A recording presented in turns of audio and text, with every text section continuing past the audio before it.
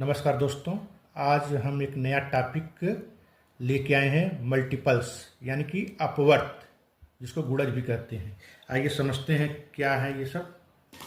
सबसे पहले देखते हैं, किसी दी हुई संख्या से पूर्णतः विभाजित होने वाला समस्त संख्याओं को उस संख्या का मल्टीपल्स अपवर्त गुणज कहते हैं। यानी कि कोई संख्या किसी संख्या डिवाइड हो रही है तो उसको उस संख्या का हम क्या करें, मल्टीपल। जैसे 5 है, अब हम देख रहे हैं 5 से कौन कौन सी संख्या डिवाइड हो जाती है 5 से, यानी उसका टेबल अगर पढ़ते हम जाएं अनंत तक तो वही वो सारी संख्या जो आएंगी वही उसका अपवर्त होंगी। जैसे 5 से डिवाइड हो जा रहा है, 10 5 से डिवाइड हो जा रहा है, 15 5 से डिवाइड हो जा रहा है। इस तरह हम देखें अनंत तक करते जाएंगे, जो संख्या 5 से डिवाइड हो जा रही है वो सारी संख्याएं क्या होंगी, 5 के अपवर्त होंगे, यानी कि 5 के मल्टीपल्स होंगे।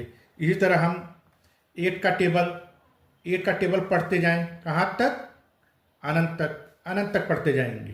तो अनंत तक पढ़ते जाएंगे, जो संख्याएं आएंगी वो सारी की सारी संख्याएं क्या होंगे, 8 के अपवर्त होंगे, 8 के मल्टीपल्स होंगे।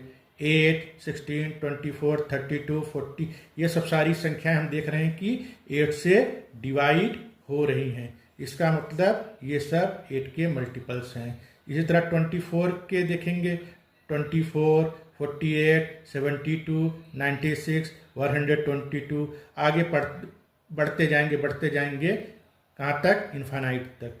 सारी संख्या जो आएंगी वो क्या होंगी, 24 के अपवर्त होंगे, यानी कि मल्टीपल्स होते हैं। कुछ बात है, कुछ नोट हैं, हम उनको देखते हैं। किसी भी संख्या का सबसे छोटा अपवर्त वह संख्या स्वयं होता है। हम यहाँ देख रहे हैं कि जो 5 है वो, और यहाँ भी 5 है, यानी कि ये स्वयं अगर कोई पूछे 5 का सबसे छोटा अपवर्त क्या है तो 5 का सबसे छोटा अपवर्त 5 ही होगा। 8 का सबसे छोटा अपवर्त क्या होगा, 8 ही होगा। 24 का सबसे छोटा अपवर्त क्या होगा, 24 स्वयं होगा।